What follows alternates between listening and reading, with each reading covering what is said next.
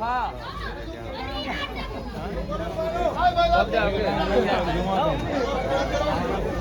गया ना आओ आपने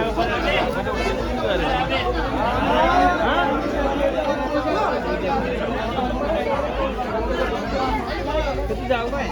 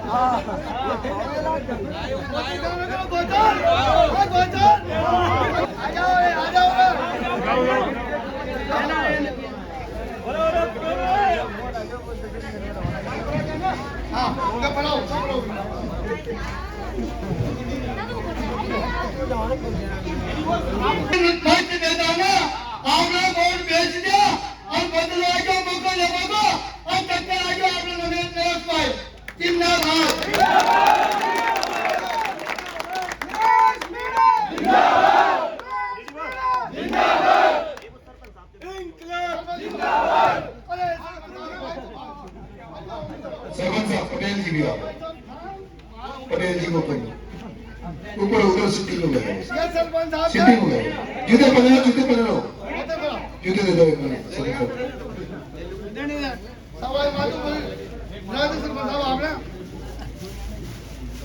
मजा आ रहा है क्या परवारी ठीक है आपके शानदार से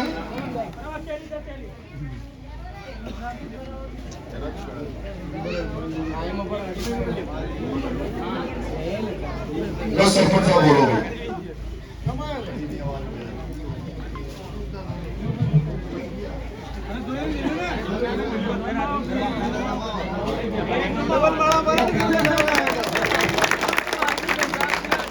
आज इस डावरी गांव में आप सभी लोगों ने जो मान सम्मान दिया उसके लिए मैं नरेश भाई साहब की तरफ से आप सभी का हार्दिक आभार और अभिनंदन करता हूं। जिस दिन मैं यहाँ 2-3 दिन पहले रोज की बात है बंशीधर जी बद्रीलाल जी यहाँ सब लोग बैठे थे और मैं आपसे वोट मांगने के लिए हाथ जोड़कर निवेदन कर रहा था तो धरणीधर जी ने कहा कि हमारा एक डिमांड है और 2 साल से हमें ट्रांसफार्मर नहीं मिल रहा। हमने तुरंत धरणीधर जी के सामने यहीं से फोन किया आईएन को। आईएन ने ये कहा कि सरपंच साहब नरेश भाई साहब को मत बताना, आपके इन किसानों को भेज देना, आपका काम जाते ही हो जाएगा। ये एक ही काम की बात नहीं है, एक ही डिपार्टमेंट की बात नहीं है। वोट 11 तारीख को आएंगे। आप चाहे तहसील में चले जाओ, चाहे थाने में चले जाओ, चाहे बिजली घर में चले जाओ, चाहे किसी भी डिपार्टमेंट में चले जाओ और नरेश मीणा का इंकलाब का नारा लेके चले जाओ, आपको सहसम्मान चाय पानी पिलाएंगे और आपका काम करके भेजेंगे। इसलिए हम आपसे 2 साल के लिए समर्थन, 2 साल के लिए आप अपना वोट देकर इनको विजयी बनाए, ताकि आपको लगे खेती किसानी की फसल मुआवजे की बात हो। बाकी कांग्रेस बीजेपी वाले तो आ रहे हैं, कोई क्या कहेगा कोई क्या कहेगा। कांग्रेस वालों को कहना 3 बार वोट दे लिए भाई, अब तो पीछा छोड़। ऐसे बीजेपी वालों को बोल देना, जब तुम तुम्हारे एमएलए को नहीं बचा सके तो हमें क्या बचाएंगे। एक बार आपसे विश्वास करके देखना, आपका वोट खराब हो जाएगा। बहुत बहुत धन्यवाद। राम राम साहब।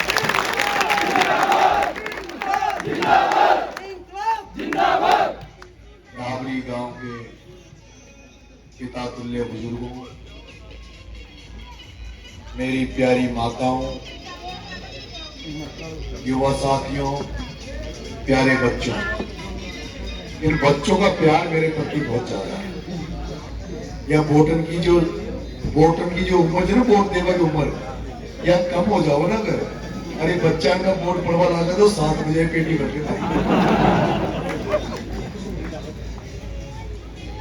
आज मैं आपके डागरी गांव में वोट मांगने, समर्थन मांगने, आपका आशीर्वाद मांगने आया।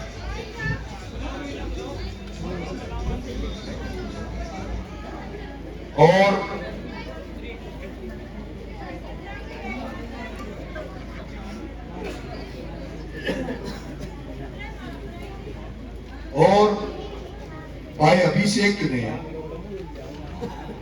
बहुत शॉर्ट में आपको ये कहा कि किसी भी दफ्तर में कोई काम हो तो अभी चले जाओ और नरेश मीणा का नाम ले दो, अगर काम रुक जाए तो हमें मदद मत करना। मैं हूं क्या, एमएलए बना नहीं, सांसद बना नहीं, और फिर भी एमएलए नहीं बना, सांसद नहीं बना, और उसके बाद भी अगर आपने किसी लाइट वाले को फोन किया, अगर आपका काम हो गया तो फिर सोचो मैं एमएलए बन जाऊंगा तो फिर क्या होगा। बिना एमएलए बने ही अगर मेरी धाक है, और धाक तो उस दिन आपने देख ली होगी जिस दिन मैं फॉर्म भरने आया था। जब मैं फॉर्म भरने अंता की धरती पे आया, उस दिन 7 तो एडिशनल एसपी थे, 21 सीआई लग रहे थे, पूरा प्रशासन में हलचल मची हुई थी। आईजी मॉनिटरिंग कर रहा था, कलेक्टर मॉनिटरिंग कर रहा था कि नरेश मीणा की रैली है। और ये ताकत कहां से आई? ये ताकत आई 25 साल से, जो गरीब लोगों के लिए, कमजोर लोगों के लिए, जो किसानों के लिए, जो जनता के लिए जो मैं संघर्ष कर रहा हूं। और उस संघर्ष के बदले में जो जनता को ये विश्वास हो गया, भरोसा हो गया कि ये लड़का ये 25 साल से जो सड़कों पर डोल रहा है, जनता की सेवा कर रहा है, और इस जनता की सेवा करते हुए जेल जाने से नहीं डरता, पुलिस की लाठियां खाने से नहीं डरता, मुकदमे खाने से नहीं डरता, तो हमें इसकी ताकत बननी चाहिए। समराव का कांड जब हुआ, एसडीएम के गाल पे जब तमाचा पड़ा, तब उस समरावता में 4000 पुलिस बल था, 4000 पुलिस बल।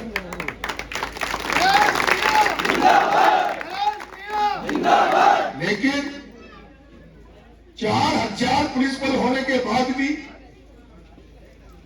जिस तरह से वहां की जनता ने आशीर्वाद दिया, जन समर्थन दिया, मेरे आसपास घेरा बना के खड़े हो गए, पुलिस मुझे गिरफ्तार नहीं करी। सुबह जब गिरफ्तार हुआ तो खुद गिरफ्तार हुआ, और वो दिन देखा होगा, राजस्थान नहीं, देश में ऐसा नेता नहीं मिलेगा जहां गोलियां चल रही हो, आंसू गैस के बम फेंके जा रहे हो, गाड़ियां जलाई जा रही हो, मोटरसाइकिल जलाई जा रही हो, नेता भाग जाते हैं, छोड़ जाते हैं। लेकिन जलती हुई आग में मैंने कहा कि मैं इन लोगों को छोड़कर नहीं जाऊंगा जिन्होंने मेरी रक्षा करी, मेरा रक्षा बनकर कवच रहे। रात को बना होगा जहां घटनाक्रम हुआ वहीं नरेश मीणा ने अपनी गिरफ्तारी दी, वहीं उसी जगह से अपनी गिरफ्तारी दी थी। वो जनता की जो ताकत थी, जब मैं जेल चला गया, जेल जाने के बाद में मुझे छुड़ाने के लिए, रिहाई के लिए पूरे राजस्थान में आंदोलन होने लगे, हर जगह ज्ञापन, धरने, प्रदर्शन होने लगे। और 25 फरवरी को तो इतना बड़ा जयपुर में आंदोलन हो रहा था, आईबी की रिपोर्ट थी कि 4.5 लाख 5 लाख लोग जयपुर में आएंगे, जयपुर को घेरेंगे और जनहानि भी हो सकती है, जनहानि भी हो सकती है। ऐसे में मुख्यमंत्री भजन लाल जी ने मेरे पिताजी को बुलाया, मेरी टीम को बुलाया। पहली बार एक व्यक्ति, लड़का नरेश मीणा जेल में बंद था, और जब जेल में बंद था तो सड़कों पे जनता उसकी रिहाई के लिए आंदोलन कर रही थी, जयपुर घेरने की तैयारी कर रही थी। और डर के मारे भजन लाल जी ने मेरे पिता को, मेरी टीम को बुलाया, टेबल टॉक की, टेबल पर बात की। पहली बार ऐसा उदाहरण है कि नरेश मीणा के लिए, जेल के बंद लड़के के लिए सीएम नरेश, उसके रिहाई के लिए अपने बाप से बात कर रहा हूं। वो दिन भी देखा होगा जब किसान नेता, किसान लोग, आम जन कोई समस्या को लेके एसडीएम कार्यालय जाता है, कलेक्टर के कार्यालय में जाता है, तो ज्ञापन लेके जाते हैं। 5 लोगों को कलेक्टर के ऑफिस में बुलाया जाता है, एसडीएम के ऑफिस में बुलाया जाता है कि 5 लोग आ जाओ, ज्ञापन दे जाओ। ज्ञापन को ले लेते हैं, सुनते भी नहीं है, और कि ठीक है आपका ज्ञापन ले लिया, अब आप जाओ। लेकिन वो दिन देखा हुआ 2023, 5 सितंबर 2023 का, जब नरेश मीणा पोटली गांव धोला कुआं से पंचायत करके किसानों को, हजारों किसानों को साथ लेके, किसान का प्रतीक ट्रैक्टर, अब आजकल हलपुड़ी तो नहीं है, बैलगाड़ी तो नहीं है, इसलिए किसान का प्रतीक ट्रैक्टर को लेके, तो जो जेड़ा होता है हमारा किसानों का, जेड़ा को हाथ में लेके और ट्रैक्टर लेके पारा की कलेक्ट्री में घुस गया। ट्रैक्टर को कलेक्ट्री के दरवाजे पे खड़ा कर दिया, किसान को कलेक्ट्री के दरवाजे पे खड़ा कर दिया, और कलेक्टर एसपी से कह दिया बंद कमरे में मीटिंग नहीं करूंगा, बंद कमरे में बात नहीं करूंगा, बात करनी है तो हजारों किसान तेरे दरवाजे का है और उनके बीच में चलकर उनके बीच में बात करेंगे। और वो दिन देखा होगा जब कलेक्टर एसपी दोनों ट्रैक्टर के बोनट में खड़े थे, बोनट में खड़े थे। मैंने कहा मेरी मांगे पूरी करो, आपको ध्यान होगा हम किसानी से जुड़े हुए, खेती से जुड़े हुए, बरसों से खेती करते हैं, हर साल आए दिन हमारा खेतों में नुकसान हो जाता है। जैसे भी फसल चौपट हो गई, सोयाबीन, उड़द, धान की फसल चौपट हो गई, उस साल भी फसलें चौपट हो गई थी। मैंने कहा जब तक फसल बीमा का पैसा नहीं मिलेगा मैं घर नहीं जाऊंगा। और आपको पता होगा 81 करोड़ रुपए फसल बीमा का पैसा पहली बार इस हालत की धरती पे 2023 में मिला। 5 सितंबर का मामला था। 5 सितंबर के बाद जब सोयाबीन कट रही थी, उड़द कट रही थी, बरसाती फसल कट रही थी, बुआई का समय आने वाला था। जब सरसों गेहूं की हम बुआई करते हैं, चने की बुआई करते हैं, मैंने कलेक्टर को 2023 का अखबार उठा के देख लेना। मैंने कहा कि कलेक्टर साहब हमें खाद की जरूरत पड़ेगी, खाद की व्यवस्था कर देना। कोई भी व्यक्ति, कोई भी किसान खाद की लाइन में लगता हुआ नहीं देखना चाहता।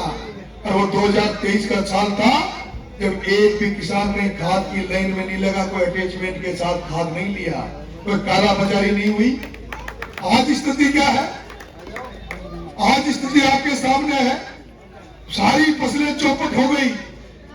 फसल बीमा के पैसे के लिए किसान वेट कर रहा है, इंतजार कर रहा है। खाद का कट्टा 1804 में मिला, वो भी अटैचमेंट के साथ मिला। आज मेरे पास कुछ दुकानदार आ गए।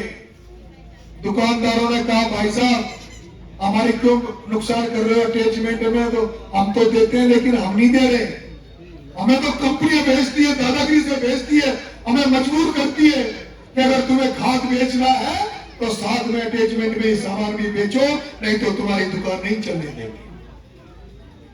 मैं कहता हूं छोटे दुकानदारों की भी गलती नहीं है। मेरा पेट्रोल पंप है, मेरा पेट्रोल पंप है। जब मैं डीजल पेट्रोल बेचता हूं तब कंपनी कहती है कि आपको डीजल पेट्रोल इतना बेचोगे तो साथ में आपको ऑयल भी बेचना पड़ेगा।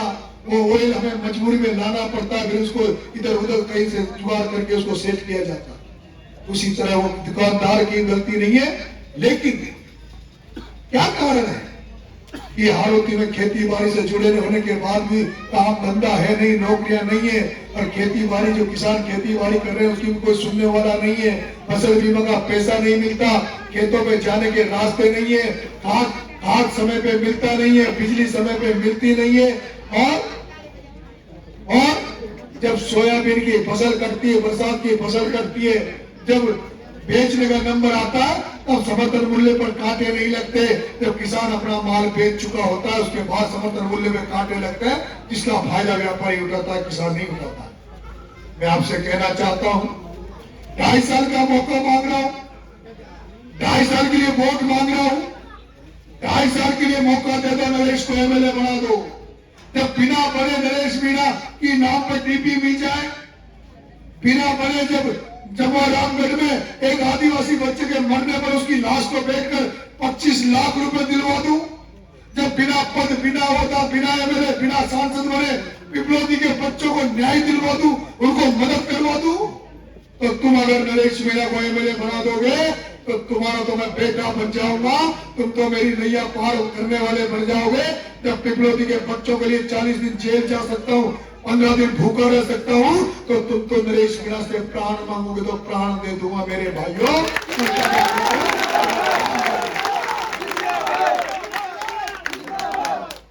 मैं तो 25 साल हो गए राजनीति में, अपने कोई मुकाम नहीं मिल रहा, कोई मुकाम नहीं मिल रहा, स्थान नहीं मिल रहा। छमड़ा चुनाव लड़ा, 45,000 वोट आए, देवड़ी उनियार से चुनाव लड़ा, जहां मेरा गांव नहीं, रिश्तेदार नहीं, यहां से 400 किलोमीटर दूर। मैं तो अट्टू के नया गांव ननावता में पैदा हुआ हूं, मैं तो अट्टू के नया गांव ननावता में पैदा हुआ हूं। मेरा तो गांव घाट में पेट्रोल पंप है, लेकिन उसके बावजूद भी टोंक जिले की देवरी उनियारा में, जहां मैं किसी को जानता नहीं था, लेकिन उनको वहां की जनता को भरोसा था कि राजस्थान की जनता के लिए लड़ाई लड़ता है, सड़कों में भी लड़ता है, जेल जाता है। इसलिए 13 दिन के अंदर अंदर मुझे 60,000 वोट दिए, और आपके यहाँ तो रिश्तेदारी भी है, नातेदारी भी है, मिलने वाले भी हो। इसलिए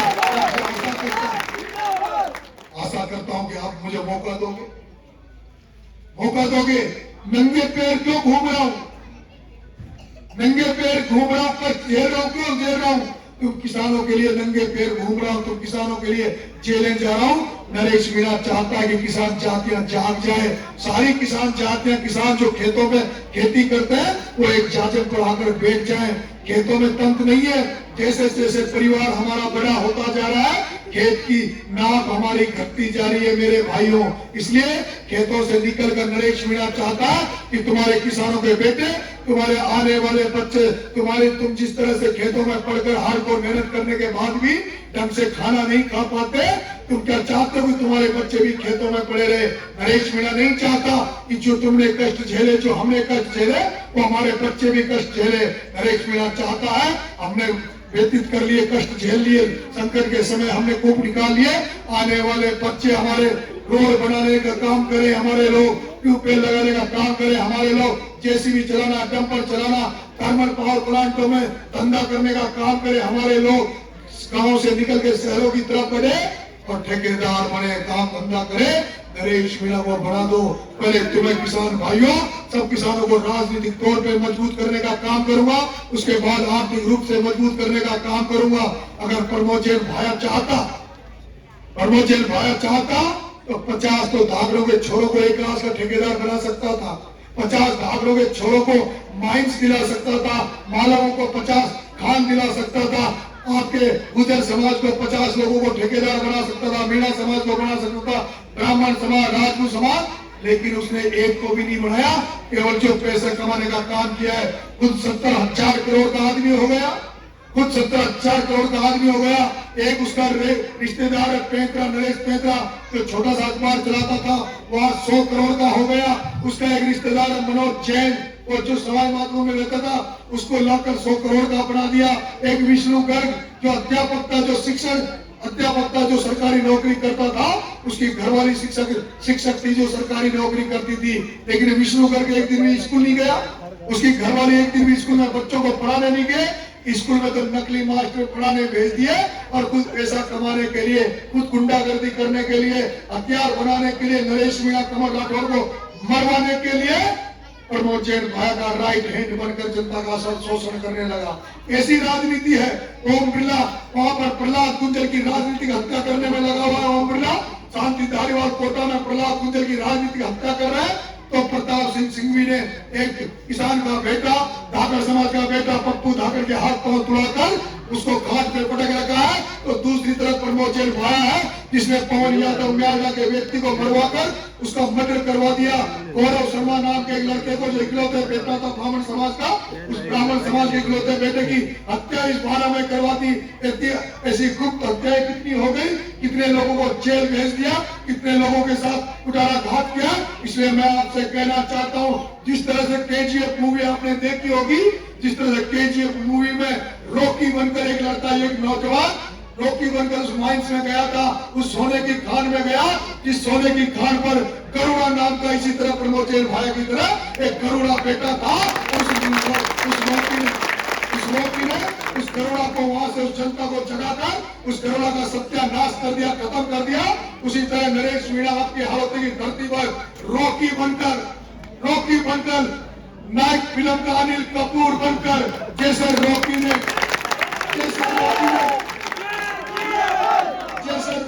करुणा को मारा, अनिल कपूर ने अमरीश पुरी का नाम था उस पिक्चर में, मौके को खुश हुआ। जैसे अनिल कपूर ने मौके को मारा। और एक पिक्चर में मैंने सुना है जब सलमान खान और वो क्या नाम से शाहरुख खान वो कहते ठाकुर तो दियो, ठाकुर तो। ये प्रमोद जैन भाया नाम का जो है इस बार इसको भेज दो ताकि दोबारा नहीं आए। अगर प्रमोद जैन भाया को हरा दिया तो सच्ची श्रद्धांजलि होगी भरत सिंह जी कुंदनपुर को। उस भरत सिंह जी कुंदनपुर को सच्ची श्रद्धांजलि मानी जाएगी जो ईमानदारी और पवित्रता की राजनीति करते थे। आज हमारे बीच में नहीं है, लेकिन भरत सिंह जी कुंदनपुर साहब की जहां भी आत्मा घूम रही होगी वो यही सोच रहे होंगे कि अब तो सरकारों तो मेरी नहीं सुनी, लेकिन जनता की जनता भरत सिंह की बात को सुनेगी। इस प्रमोद जैन भाया चोर की जमानत जब्त करके और इसको परमानेंटली दुकान बंद करके इसको भेज देगी। क्या भेजोगे? मैं पूछना चाहता हूँ, आप में से कौन ईमानदार व्यक्ति को पसंद करते हैं? हाथ खड़ा करें। जो ईमानदारों को पसंद करते हैं वो हाथ खड़े करो। ईमानदारी को पसंद करते हो हाथ खड़े करो। ईमानदारी को पसंद करते हो रोक लो। चोर को कौन पसंद करता है? चोर को हाथ खड़े करो। चोर को कौन पसंद करता है? कोई नहीं करे। अच्छा सुनो भाई, कोई चोरी करता है, उसका माल खरीदने वाला भी क्या हुआ? कोई चोर चोरी करता है तो उसका माल खरीदने वाला क्या हुआ? राजस्थान नहीं, देश का सबसे भ्रष्ट मंत्री है प्रमोद जैन भाया। देश का सबसे बड़ा राजनीति में चोर है प्रमोद जैन भाया। और उस चोर को जो आगे बढ़ाएगा, उसके भ्रष्टाचार में उसको वोट देकर जो शामिल होगा, इसका मतलब माना जाएगा कि वो भी चोर है। अगर आपको पसंद नरेश मीणा नहीं आए, तो मुझे वोट मत देना, लेकिन उस प्रमोद जैन भाई को वोट मत देना, चाहे नोटों में वोट दे देना, लेकिन उस चोर को वोट मत देना। अगर आप उस चोर को वोट देते हो तो आप जो किताबें पढ़ते हो, रामायण पढ़ते हो, वो रामायण मत पढ़ना, किताबें मत पढ़ना अगर उस चोर को वोट देते हो तो। इसलिए आपसे आग्रह है, निवेदन है, मुझे समर्थन करना, आशीर्वाद देना। अगर आपने आशीर्वाद दिया, मुझे एमएलए बना दिया, तो 14 तारीख के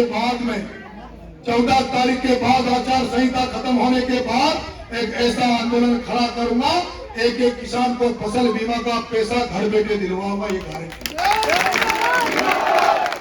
गारंटी दे के जा रहा हूँ, एक किसान का फसल बीमा का पैसा दिलवाऊंगा।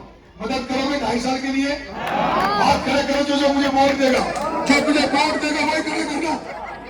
मुझे वोट देगा वही हाथ खड़ा करना, मुझे वोट देगा।